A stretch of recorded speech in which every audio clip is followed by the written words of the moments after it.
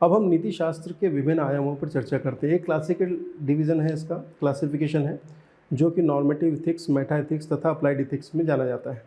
वहीं दूसरा कुछ ऐसा है जो कि नवीन विचारधाराओं के आधार पर इसकी नई शाखाएं जो बनी हैं उन पर बात हो जाती है, जैसे मार्क्सवादी नैतिकता, या फिर कहें कि लैंगिक नैतिकता या पर्यावरणीय नैतिकता। इस तरह की बातें आधुनिक विचारधाराओं में शामिल हो जाती हैं। हम क्या करेंगे, मानकीय नीति शास्त्र, अधिनीति शास्त्र और व्यवहारिक नीति शास्त्र को एक एक करके देखेंगे कि इसका मतलब क्या होता है और इनको समझने का प्रयास करेंगे। सबसे पहले हम मानकीय नीति शास्त्र को देखेंगे, ठीक है। मानकीय नीति शास्त्र या नॉर्मेटिव इथिक्स क्या है। अब देखो, सबसे पहले मैंने आपको ये बताया था कि नीति शास्त्र है क्या, और नीति शास्त्र में मैंने बताया था कि एक ऐसा विषय है, या यूँ कहें कि एक ऐसी स्ट्रीम है या एक ऐसी अध्ययन प्रणाली है जिसके अंतर्गत हम कोशिश करते हैं सही गलत के आकलन की, और सही गलत के आकलन के संदर्भ में कुछ मानकों के निर्धारण की, ताकि उनको व्यवहार में लाया जा सके। किसी समाज के लोग उन मानकों को ध्यान में रख के सही गलत का निर्धारण कर सकें, उनको पता हो कि क्या सही है और क्या गलत है, या फिर वो दूसरे के कार्यों को सही या गलत बता सकें। इसके लिए नीति शास्त्र की बात की जाती है। और नीति शास्त्र का ये जो पहला आयाम है, जिसको हम नॉर्मेटिव इथिक्स बोलते हैं, ये मानकीय नीति शास्त्र बोलते हैं, जो कि मानक निर्धारण, स्टैंडर्ड फॉर्मेशन को फोकस करता है, आदर्श स्थापित करने की बात करता है, उन नियमों को स्थापित करने की बात करता है, वो नॉर्मेटिव इथिक्स कहलाता है। फिर से, नीति शास्त्र की वह शाखा जिसके अंतर्गत आदर्श का आचरण या आचरण का आदर्श, जिसको कह लीजिए, हाउ टू बिहेव, अर्थात मानव का आचरण कैसा होना चाहिए, इस पर बात की जाती है। इसका मतलब है उचित अनुचित की बात की जाती है, गुड और बैड की बात की जाती है, शुभ और अशुभ की बात की जाती है, ठीक है। तो जो अच्छा कर रहा है उसको अप्रिशिएशन मिले, और जो बुरा कर रहा है उसको भर्त्सना मिले या दंड मिले। तो मान लीजिए कि किसी ने नैतिक नियमों का पालन नहीं किया, जैसे कि नैतिक नियम क्या है, हिंसा का पालन ना करना या अहिंसा का पालन करना। हिंसा नहीं करना है, ये नैतिक नियम है। अब कोई व्यक्ति आया और दूसरे व्यक्ति के पेट में छुरा भोंक दिया, उसका गला काट दिया, तो क्या नैतिक नियम का उल्लंघन हुआ है? उत्तर यहाँ हुआ है। मज़ेदार बात है कि ये जो नैतिक नियम है, ये हमारी कानून संहिता में भी, हमारी आईपीसी में भी शामिल है। तो कानून क्या करेगा, पुलिस आएगी, पकड़ेगी, जज के सामने प्रस्तुत करेगी, जज सुनेगा, उसको मौका देगा अपनी बात रखने का, फिर उसके बाद में उम्र कैद की सज़ा या फांसी की सज़ा हो जाएगी। तो जो भी लोग, जिस व्यक्ति ने वो काम किया है, नैतिकता के आदर्शों से विचलन दिखाया है, उसको समाज द्वारा जो दंड दिया जा रहा है उसका औचित्य क्या है, ठीक है। जैसे उदाहरण के लिए कि कोई आया और आपकी भैंस को कोई कंकर मार के चला गया,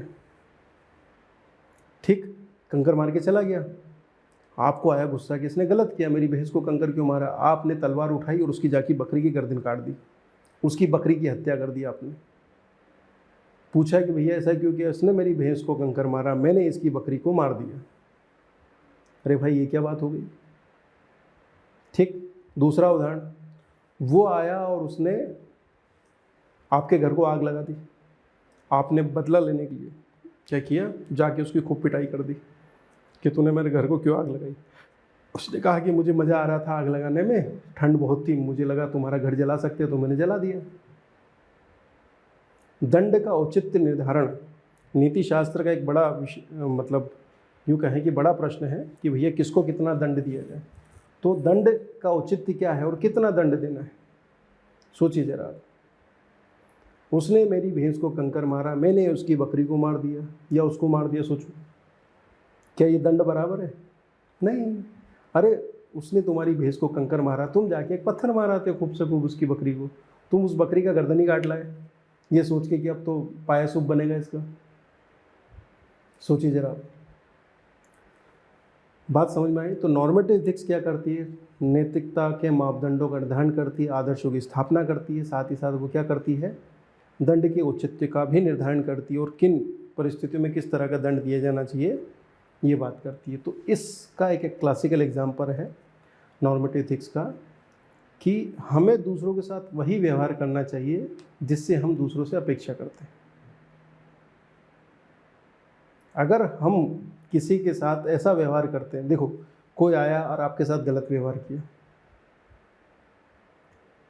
ठीक है, अब आपको और थोड़ा सा मैं मूर्त रूप में समझाने की कोशिश करता हूँ। मान लीजिए कि आप रोड पे खड़े हैं, पुरुष जाति के हैं, और अचानक 2-4 लड़कियाँ निकली और आपने क्या किया, सीटी बजाई और बोला अरे टोटा, अरे माल किधर चले, आओ कभी हवेली पे, इस तरह की बातें आप कर रहे हैं। और वो लड़की झेपी, सिर झुका के दुखी होकर चली गई। ईव टीसिंग इसी को बोलते हैं। ठीक, आपने ईव टीसिंग का काम किया किसी परिवार की बच्ची के साथ। ठीक, एक घटना हो गई। दूसरी घटना क्या है, आपके परिवार की बच्चियां फिर उसी रोड से निकली, इस बार कोई दूसरे बहन का भाई खड़ा है और वो ये काम कर रहा है, अरे माल कहाँ चले। समझिए, हमें अपने परिवार से बाहर या घर के अंदर किसी के साथ भी कोई भी व्यवहार हमें कैसा करना चाहिए, वैसा जैसा कि हम अपेक्षा करते हैं। हमें दूसरों की बहनों के साथ वैसा व्यवहार करना चाहिए जैसा कि हम अपनी बहन के साथ व्यवहार करना चाहते हैं। तो मुद्दा क्या है, हमें दूसरों के साथ वही व्यवहार करना चाहिए जैसा कि हम दूसरों से अपेक्षा करते हैं। ये नॉर्मेटिव एथिक्स की या मानकीय नीति शास्त्र का आधार है। इस बात को समझिएगा जरा, ठीक है। इसी तर्क के आधार पर हम सुनिश्चित कर सकते हैं कि क्या सही है और क्या गलत है। मान लो अब मुझे मज़ा आता है कि भैया कोई लड़की निकली, मैं सीटी बजाऊँ, ईव टीसिंग करने मज़ा आता है। समझिए, मेरे परिवार की बच्ची के साथ जब होगा तो अच्छा लगे कि बुरा लगे। तो दोनों परिवार के भाइयों को खड़ा कर दो सामने, बच्चियों को खड़ा कर दो। अब कैसा व्यवहार किया जाना चाहिए। मैं चाहता हूँ कि मेरी बहन का सम्मान हो, मेरे परिवार की महिलाओं का सम्मान हो, मेरा सम्मान हो। सिंपल सी बात है, आप दूसरे परिवार की महिलाओं का सम्मान करो, बच्चों का सम्मान करो। समझिए, हम किसी बड़े बुजुर्ग को बदतमीज़ी बात क्यों नहीं करते, सोचिए जरा।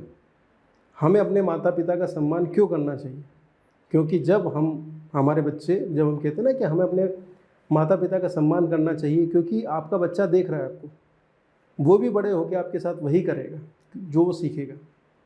ये नॉर्मेटिव एथिक्स के कुछ ऐसे मापदंड हैं जो आपके जीवन में घूम फिर रहे हैं। आप अपनी पत्नी को सम्मान नहीं दे सकते, उससे अच्छा व्यवहार नहीं कर रहे हैं, तो आप कैसे उम्मीद कर सकते हैं कि आपको बदले में वही मिलेगा वापस। ये समझना पड़ेगा। इसी को लोग कहते हैं कि जैसा बोओगे वैसा पाओगे। कर्मफल सिद्धांत पे पहुंच गए अपन लोग, नैतिकता का आधार। तो हमें क्या करना है, मानकीय नीति शास्त्र के अंतर्गत ऐसे मानकों का निर्धारण करना है, ऐसे व्यवहारों का निर्धारण करना है जो कि हम खुद के लिए चाहते हैं। बस सिंपल सी बात ये है। अगर हम चाहते हैं कि हमारा बॉस हमारे साथ सभ्यता से बात करे, अच्छे से बात करे, ठीक है, तो हमें क्या करना पड़ेगा, हमें अपने सबऑर्डिनेट के साथ भी वैसे ही काम करना पड़ेगा।